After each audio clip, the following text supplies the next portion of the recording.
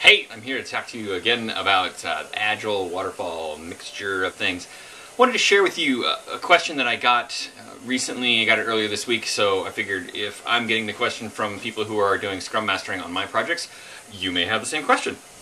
So this person's a relatively new Scrum master, and their question was, okay, where do you draw the line with trying to resolve an impediment in the daily Scrum? So it's really, an interesting question, because this person was getting varying opinions from different people on the project about, how much you discuss it and how much you don't. And here's my take. My take is that if you can solve it in like 2 minutes, solve it.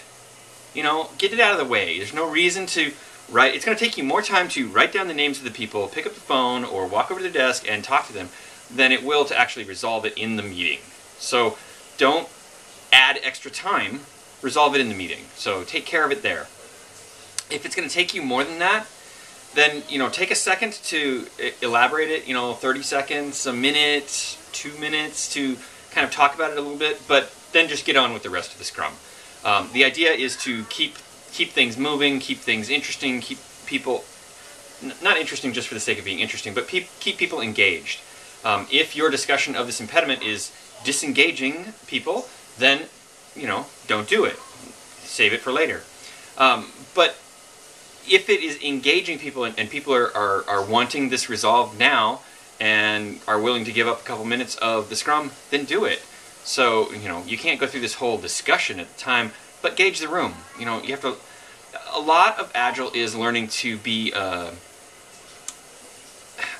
learning to work in groups, learning to work in teams, learning to be a good team member and have ownership. Boy, I could talk forever about personal ownership, but read Christopher Avery. He's the man on personal ownership of your work and how you need to take ownership.